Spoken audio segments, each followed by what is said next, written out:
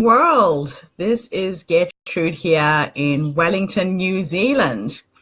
And this is video number 16. Thank you for all your questions. Please keep rolling them in because I'm having a lot of fun being stretched by the questions that people ask me. So today's presentation is called How to Be More Confident and Gain Self-Esteem. Well, this is a subject very, very close to my heart, and I'm hoping that what I will share today will help anybody out there gain self-confidence and build your self-esteem to a point where you can take on anything in life. So one of the things you need to remember is that you were born to stand out. You are unique. There is only one you in the world, and only one point of view and perspective from your point of view, and you need to share it with the world. One of the things that destroys a lot of people with regards to their self-esteem is how they're brought up, what set of parents they have, what schools they go to, their siblings, their community, your workplace can actually alter and change you for life if you are not careful. So everybody is born with extreme self-confidence. What happens is you forget, or you are told that you don't have it and you believe it. So you need to know yourself, what your self-worth is. When I run my workshops, I always tell people to remember how they were as little children. Remember how you were when you were growing up from the age of 0 to 5, when life had no limitations whatsoever until you started having contact with other human beings. If you don't remember, look at little children. When you look at little children playing, nobody tells them how to play. Nobody tells them how to walk or how to crawl. They just one day get up and start walking. How do they do that? How do they know that they have that ability? It's the same as you and your self-confidence. You were born with it. It's not something that you need to be taught. You just need to be reminded. And I hope that today's presentation is merely a reminder to you of things that you already know. Now, unless you appreciate yourself, like yourself, and value yourself, you can't sell that to anybody else. People can pick up on somebody who has a sense of low self-worth. How do you look at yourself every morning when you leave your home to go to work? How do you look at yourself when you leave your house to go to college or to go to school? Do you ever look at yourself in the mirror and gaze into your own eyes and say, damn, I'm amazing. I am so good looking. They say that you need to practice. Practice makes perfect. And it's not just practice in loving yourself, but practice in expressing yourself as well. So the more you practice, the more confident you get. I mean, a lot of people have been asking me about these videos and how much preparation I put into actually coming online every day and saying what I say. And the honest truth is, I sit down, I think of a few bullet points I want to talk about.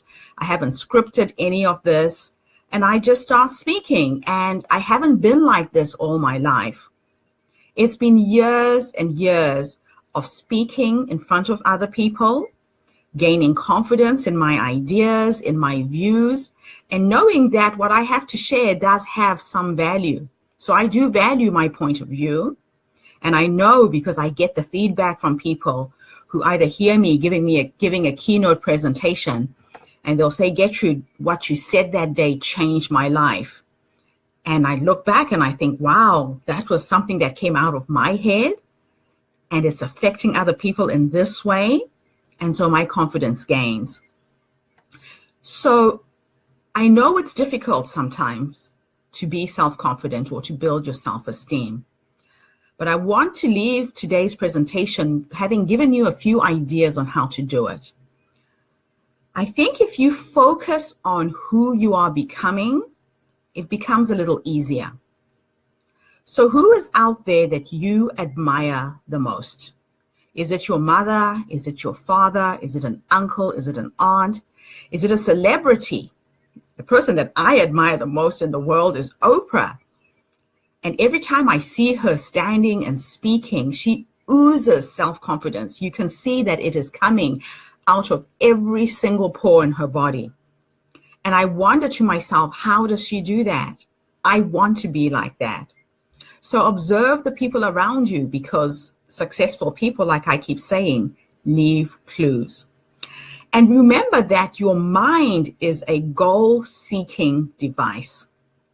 So set goals for yourself. If you want to give 10, 15 presentations, if you want to practice at work to say more during a meeting, set goals for yourself at the beginning of the week that I'm going to speak up this week at least 5 or 10 times during a meeting. And the more you do it, like I said, the more you practice, the better you get at doing it. So your mind is a goal-seeking device. So set it goals and use it. Let it help you achieve those goals for you. Now, remember that you are talented, that you are unique. There are no two yous in the world. Nobody will ever express the way that you express. The universe is working and speaking through you. It's expressing itself through you. You are unique. Value that. Don't try and blend in. Stand out, because it's when you stand out where you build your own self-confidence. Now, you are either beautiful or ugly, or you are as beautiful or as ugly as you believe you are.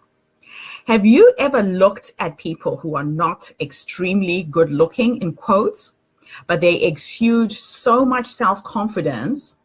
They look so good. And people are amazed because when they look at them close up, they don't have those features that everybody calls attractive. So being beautiful and attractive is not what's on the outside. It's what's inside you that comes out. I know that I've met a lot of people who have never met me in real life. And when they eventually meet me, they think that I'm a lot taller than I really am. I'm only 1.6 meters tall. But I know that my persona, my personality gives people the impression that I'm a very big, tall woman, and I'm not. I'm actually very short. How do I do that? I don't know. I make sure that when I'm speaking, it's my posture, I hold myself in a certain way. I really don't know, but you can do it too. So you are only as beautiful and as ugly as you believe you are. Now learn to talk to yourself as you would talk to someone you love. Your relationship with yourself sets the tone of every single relationship you're going to have. What are those negative self-talk points that you say to yourself? Nobody's going to listen to me. My point of view is not that important. I'm not that beautiful. Nobody will ever love me. We beat ourselves up more than other people do because we don't value ourselves. So remember what you're saying to yourself and focus on that. Now, if you believe that you can do it, if you believe that you deserve it, then you can do it. Whatever it is you're trying to achieve in life, it has to come from you. It's not going to come from the outside. Now, I want to give you a few tools that I've used in my life that have really helped change my life in terms of how I live, in terms of how I present myself in public. Number one, always be yourself. I know that this might sound simple, and it is very, very simple. When you try and come across as something or someone else, people can pick up on that when you're not being authentic. So be relaxed, be open, be at ease.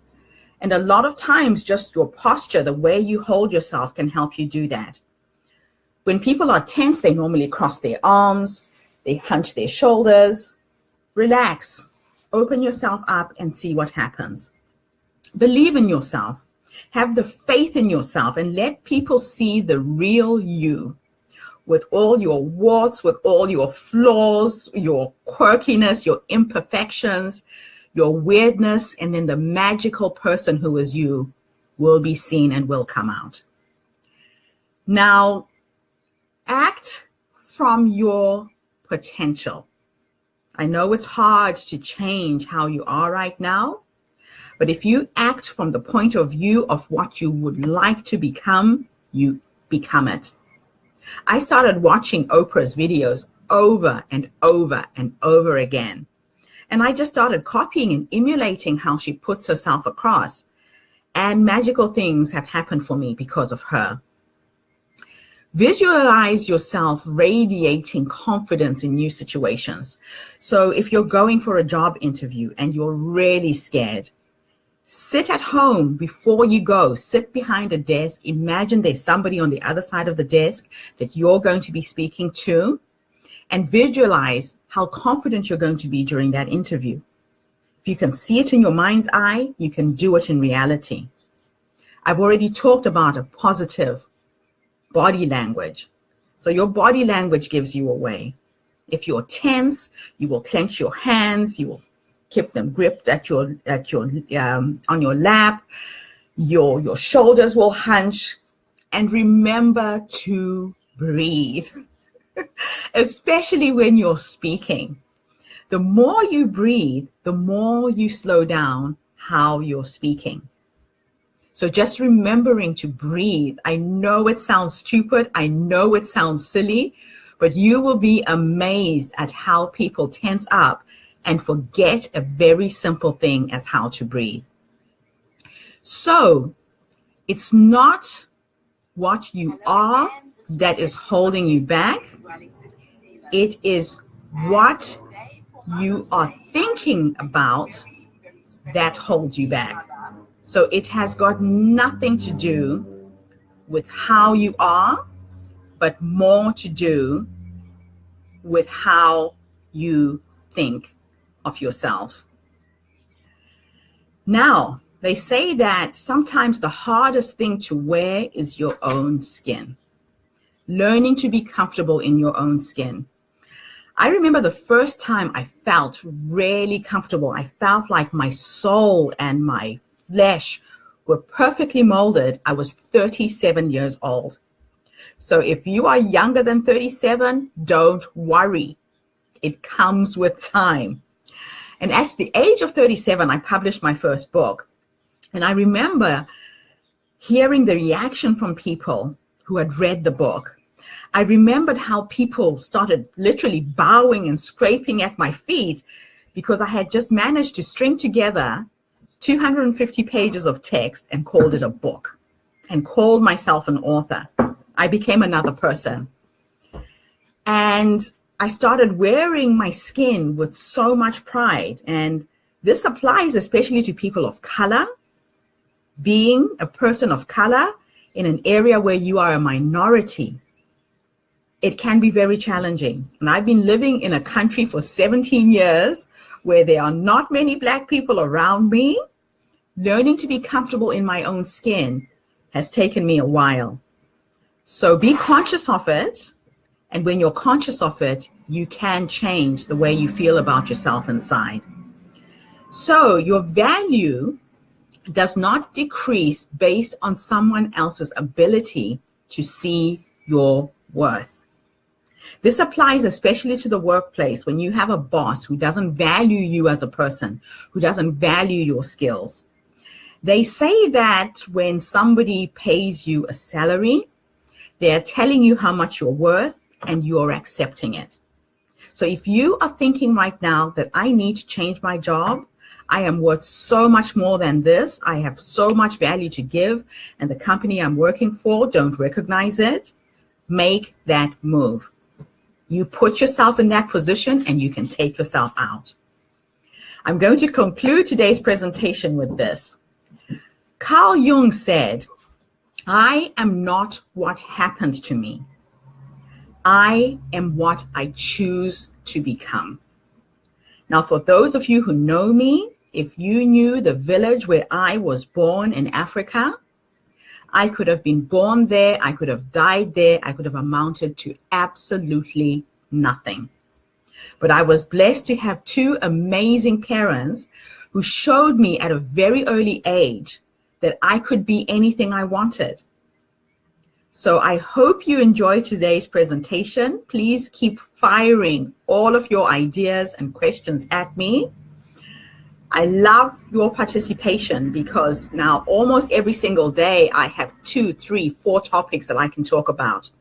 And I'll be back online later in the evening with yet another topic. Thank you. Keep firing them at me. If you need a coach, I am a life strategist. If you need a business coach, I have created 4 successful companies in New Zealand. If you need a book midwife and you have a story in you want to tell, inbox me. I'd love to hear from you. But this is Gertrude in Wellington, New Zealand, and I will catch up with you later in the day with yet another presentation. Bye for now, and thanks for tuning in.